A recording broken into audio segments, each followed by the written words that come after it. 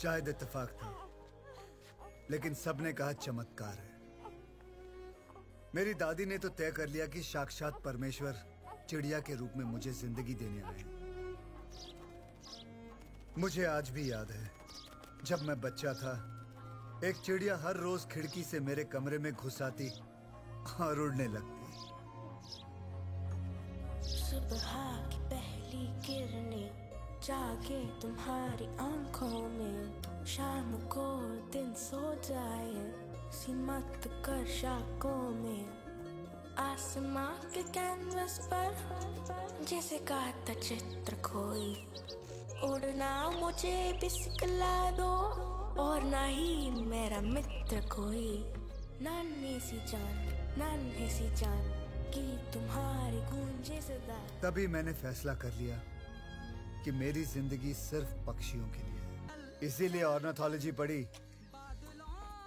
और मैं ornithology professor भी बन गया।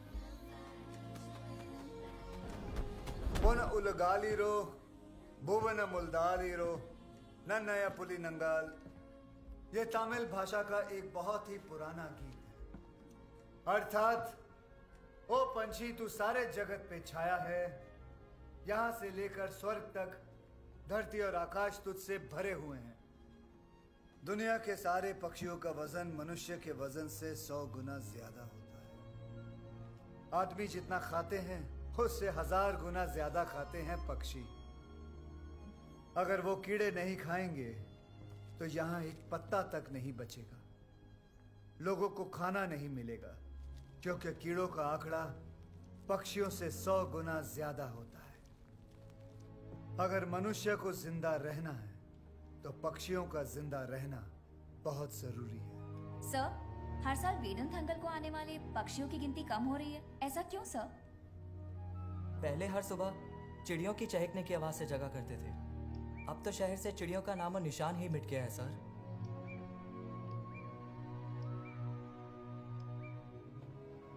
उन्नीस 1996 में हिंदुस्तान में सेलफोन इंट्रोड्यूस किया गया।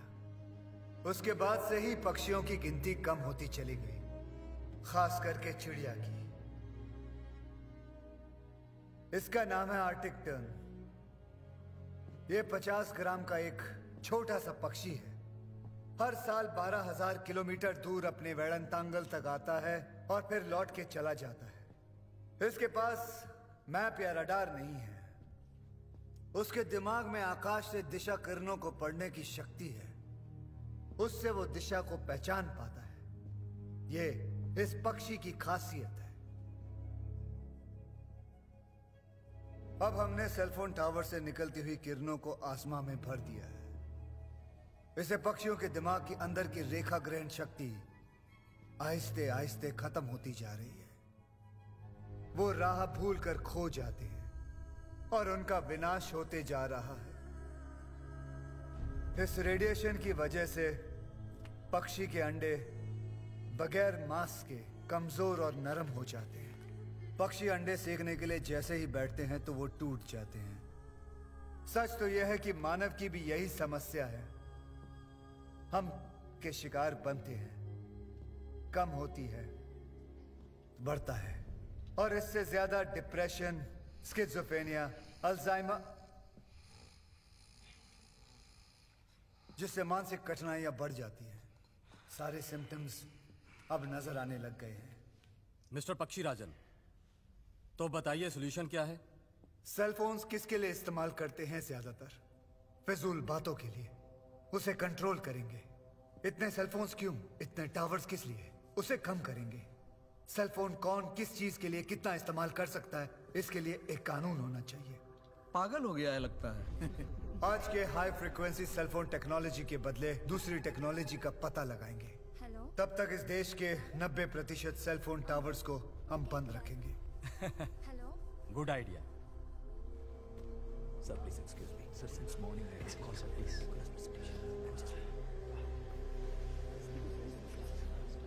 Save bird, save earth. Save bird, save earth. Don't kill, don't kill. Don't kill birds. Save bird, save bird. Save bird, save earth. Don't kill, don't kill. Don't kill birds. Save bird, save earth.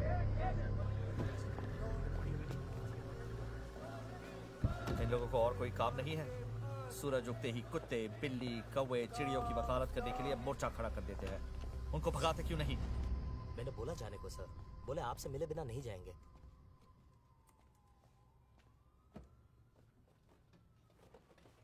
Tell me, what's your problem? Try permit का frequency rate क्या है? अब आपके towers में frequency rate क्या चल रहा है? आसमान में उड़ने वाले पक्षियों का गर्भ में ही नाश कर रहे हैं। Hello mister, listen. हम ट्राई के रेगुलेशंस को स्ट्रिक्टली फॉलो कर रहे हैं। पहले से ही सब्सक्राइबर्स, बाथरूम में नो सिग्नल, लिफ्ट में नो स्काइप, बेसमेंट में नो कनेक्टिविटी। यू नो, पिछले 3 महीने में 2000 सब्सक्राइबर्स ने नेटवर्क बदल दिया, पता है? झूठ मत बोलो। आप लोगों के गंदे कंपटीशन में सब्सक्राइबर्स को पकड़े रखने के लिए फ्रीक्वेंसी को जैसे मर्जी आप लोग बढ़ाते रहते हैं। अब तो वो खतरे के हद से बहुत आगे निकल चुकी है। इस रेडिएशन से पक्षियों की पूरी पीढ़ी विनाश की ओर बढ़ रही है। आपको पता है इसके बारे में? ज्यादा एग्जैजरेट कर रहे हो। सेलफोन रेडिएशन से ही बर्ड्स का विनाश हो रहा है, इसका कोई साइंटिफिक प्रूफ नहीं है। You know that? ठीक है, तुम आकर अपने सेलफोन टावर के नीचे 24 घंटे खड़े रह के दिखाओ, मैं साबित कर दूंगा। You get out. Scientific proof मांगा आपने, मैं आपको दे रहा हूं। निकलो अब, जाके मीडिया को लेटर लिखो या धूप में झंडा पकड़कर खड़े रहो। I don't care. Out, get out. Nonsense.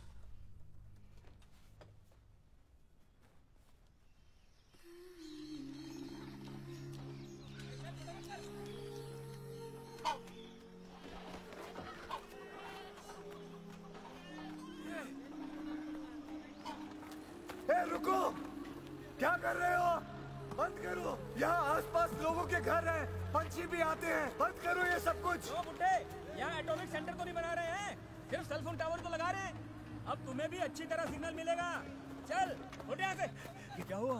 Ramaswamy, मैंने तुम्हें कितनी बार समझाया कि पक्षी कैसे मर रहे हैं और तुम्हें बुरा भी लगा, पर ये सब क्या करे भाई, दिवाला निकलना बाकी है बस। सारी फसल तो कीड़ों ने हजम कर ली, कीटनाशक खरीद खरीद कर बर्बाद हो गया। उसका भी कारण पक्षियों की मौत ही है। पक्षी कीड़ों को खा जाते हैं। पक्षी जितने कम होते जाएंगे, कीड़े उतने ही बढ़ते जाएंगे। शायद ऐसा ही हो, लेकिन अब खेती बाड़ी करने की शक्ति नहीं। अब इसके अलावा मेरे पास कोई चारा ही नहीं है कमाने का। तो क्या पक्षियों को मारने वाले लोगों को जमीन दोगे तुम? यहाँ पर मनुष्य ही भूखे मर रहे हैं ना, तो पक्षियों की फिक्र कोई कैसे करेगा? चलो अभी परेशान मत करो।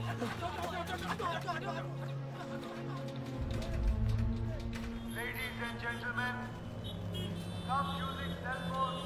हर एक सेल फोन जो आप इस्तेमाल कर रहे हैं वो पक्षियों के खून से रंगा हुआ है। हर एक सेल फोन किसी चिड़िया की कब्र है। Save birds. इधर आओ। सर, कौन है वो? कब से सारे कस्टमर्स को पका रहा है? उसको निकालो। Okay sir. Stop using cell phones. ये लो, छोड़ो, no!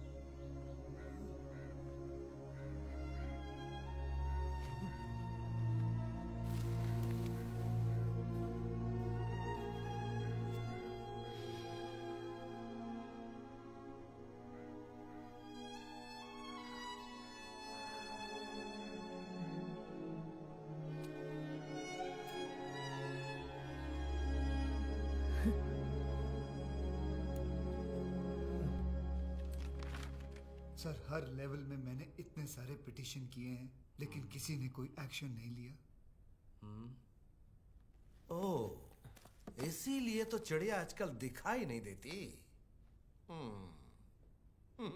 जब मैं छोटा बच्चा था तो कितनी सारी चिड़िया घूम घुमा करती थी, खेलता था उनके साथ में। और फिर जब मैं बड़ा हुआ तो अक्सर उन्हें पकड़ के खा जाता था 7-8।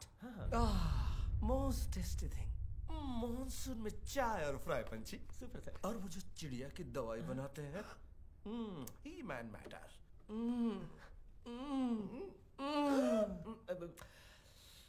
अब तो कहीं दिखती नहीं। ये क्या बात हुई सर? मैं उन्हें जिंदा रखने की बात कर रहा हूँ, आप उन्हें तल के खाने की बात कर रहे हैं। तो क्या मातम करूं? चिड़ियों के लिए एक नया कल्याण केंद्र बनाते हैं और तुम्हें उसका इंचार्ज बना देते हैं।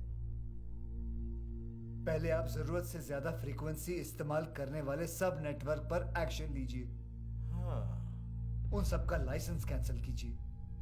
फिर रेगुलेशन स्ट्रिक्टली फॉलो करने वाले सिर्फ 2 नेटवर्क्स को रहने दीजिए। क्या बकवास है ये? 125 करोड़ का देश है ये इंडिया। इतने सारे लोगों तक रीच करना है ना, हर किसी को सिग्नल चाहिए कि नहीं? आजकल सेलफोन लाइफ का आधार है। अरे पानी की तरह सेलफोन ना हो तो चलेगी नहीं दुनिया। सेलफोन से हमारा टाइम बचता है, उनसे व्यापार बढ़ता है, नौकरियां चली जाएंगी। भूख लगेगी तो क्या आदमी अपना हाथ काट के खा लेगा? पक्षियों के नाश से होने वाली प्रगति ऐसी ही कुछ है। अगर 30 ग्राम की चिड़िया हम पे विश्वास करके जी नहीं सकती तो ये कैसी प्रगति, कैसी टेक्नोलॉजी है ये? भारत से कई गुना बड़ा है अमेरिका। वहां सिर्फ 4 या 5 नेटवर्क है। दुनिया में सबसे ज्यादा जनसंख्या है चाइना में, वहां सिर्फ 3 नेटवर्क है। और यहाँ 10। सबसे लेकर बिना नियंत्रण के अनुमति देते हैं आप। ये तो ज्यादती है तेरी। हाँ, पढ़े लिखे दिखते हो, भले मालूम होते हो, इसीलिए इज्जत से पेश आया। उल्टा हम ही से राजनीति।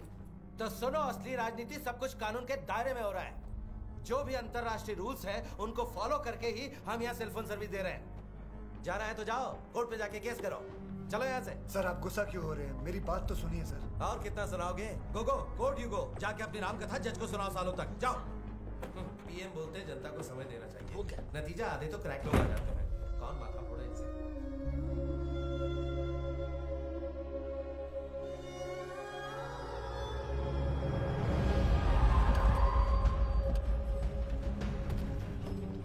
सुनो, कोर्ट से वो रेडिएशन फ्रीक्वेंसी चेक करने आएंगे, बिल्कुल लिमिट में रखना।